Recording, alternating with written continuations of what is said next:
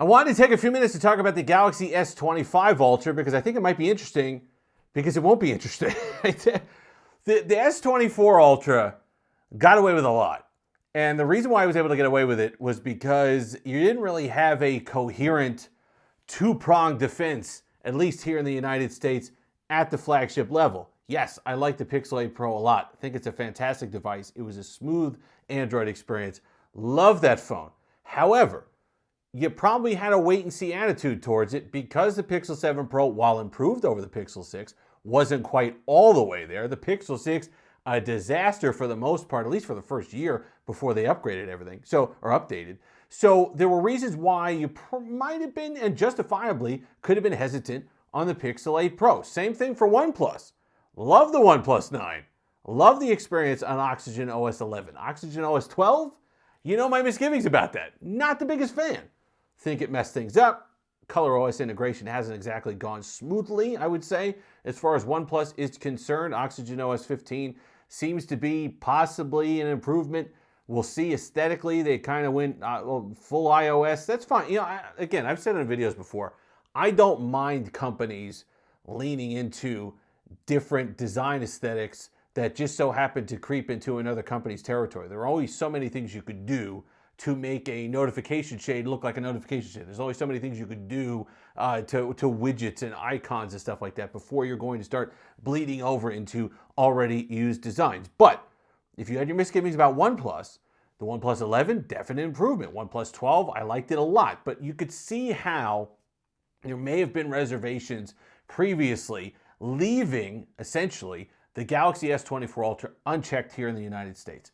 Not the case this year. Upcoming. 2025 could be a very interesting year for flagship smartphones finally here in the United States, to the point where you might want to try something else. Here's why. So let's say Samsung runs it back again, essentially. Thinner device, slightly thinner bezels. Maybe they get that kind of Apple disease going where everything just has to be thinner and lighter and bezels and all the rest of it, and that's all they're concerned about. One UI 7 might not be to everybody's liking. A lot of aesthetic changes there. Some people, with the betas and things that they've seen, are kind of expressing their displeasure with the changes made to One UI 7, so perhaps you don't like that. Here's the thing, though, and here's the point. For the first time in a while, I think there is a united front. There is a coherent defense for the S25, Galaxy S25 Ultra. The Pixel 9 Pro XL, really nice phone. Questions about horsepower and gaming, yes. However, on the whole, it's a really nice phone. A good experience, smooth, excellent cameras, great display, super extra display is awesome.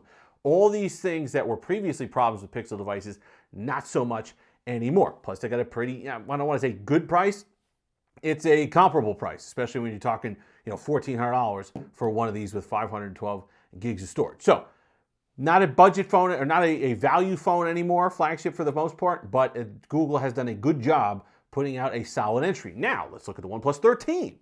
Lots to like there. If you're worried about the horsepower issue, maybe that's why you don't go with the Pixel. You say, hey, well, the S25 Ultra is going to have that Snapdragon 8 Elite. So is the OnePlus 13. Really nice. You get 12, 16, 24 gigs of RAM, whatever you happen to need, 6,000 milliamp hour battery, 100 watt or 80 watt when it comes to the United States fast charging. Perhaps better Oxygen OS, hopefully better Oxygen OS. So, unlike previous years, I think you could look at the landscape here in the United States and be confident in two other choices. Moto is still doing their own thing or whatever, but you can be confident in two choices. You can look at the Pixel 9 Pro XL. You can look at the OnePlus 13. So if Samsung just says, well, that S24 Ultra really good.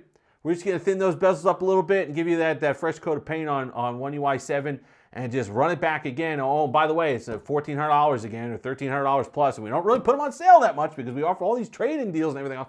If they were to do that again, you could have a legitimate argument where people are like, okay, you know what? Enough of this. I'm not going to have a situation where I'm paying full boat again when I can maybe get these different alternatives. And this is where when we talked the other day about does the S24 Ultra ever really go on sale? This is kind of the other side of that argument. Because, yes, when I complain all the time about how OnePlus needs to be in carrier stores, They need to have a presence where people can see them and pick up their devices for like $1 a month or $3 a month or whatever it happens to be. That's important. I understand, as enthusiasts, we sit back and we say, well, who does these things? Who finances phones? Like, who's paying, 36 months? And, I got comments on the last video where a bunch of people say, well, I did the math. And it doesn't math. The maths don't math. You're not saving money. I get that. You also don't save money by using a credit card because you're paying 30% interest. You also don't save money by financing cars and various other things. The point is this. You're not outlaying that entire amount of money up front. And if you give people that option, don't be surprised when a lot of people take it. So whether we can agree with the economics of it or not, the fact is that millions upon millions of tens of millions of people do this every year. So you're going to have to factor that in, and you're going to have to make decisions based off of that. At least a lot of consumers do. So that's why we talk about these monthly payments and that's how Samsung, and that's why they keep the prices high. Motorola's doing it now too. But that's why it's important for OnePlus to get in that conversation, because they could be a couple bucks less a month and offer a premium design. I think it's going to be a really nice feel in the hand. I can't wait to get a OnePlus 13 here. That 2.5D glass, I'm excited for it. If you're a Windows Phone user from back in the day, I know you used the Pixel 2 XL and the Pixel 4 XL as examples of that kind of curved glass, but I'm personally, if you've held a Nokia Lumia 930 recently, which I know you have, doesn't everybody?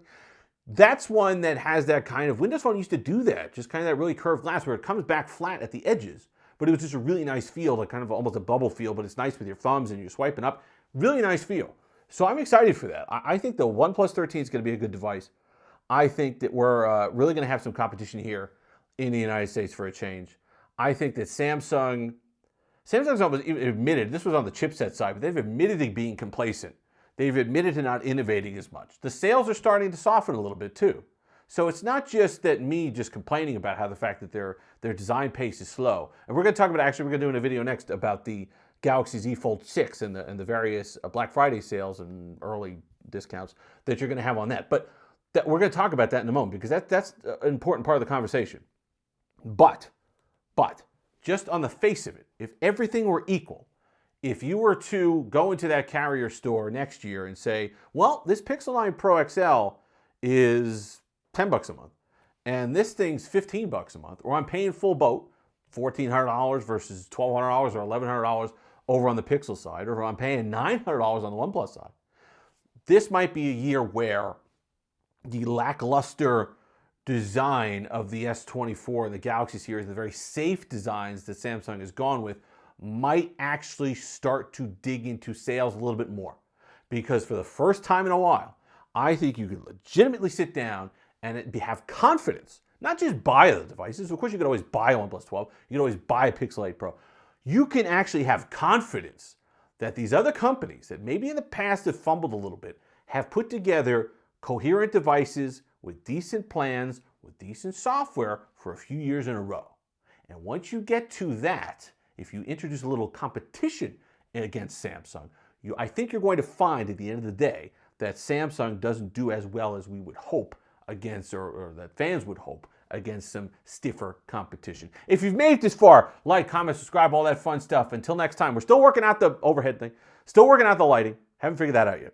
Obviously got my working iBook here, and my cat friends, and various other things. But if you've made it this far, like I said, all that stuff. Until next time, have a Steve-licious day.